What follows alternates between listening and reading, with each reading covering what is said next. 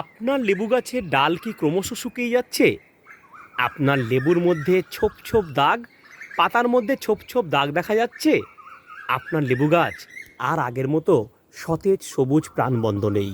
এই সমস্ত রোগ থেকে মুক্তি পেতে ব্যবহার করুন কপার অক্সিক্লোরাইড সমৃদ্ধ এই ব্রাইটক্স ফাঙ্গিসাইড।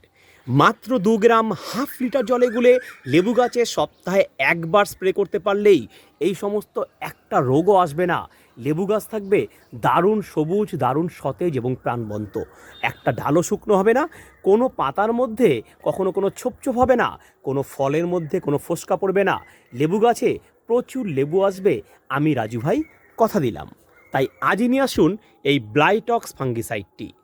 আর এই ধরনের শর্টকাট টিপস রোজ পেতে সাবস্ক্রাইব করুন স্বাদের ছাদ বাগান ইউটিউব চ্যানেল, ফলো করুন স্বাদের ছাদ বাগান ফেসবুক পেজ।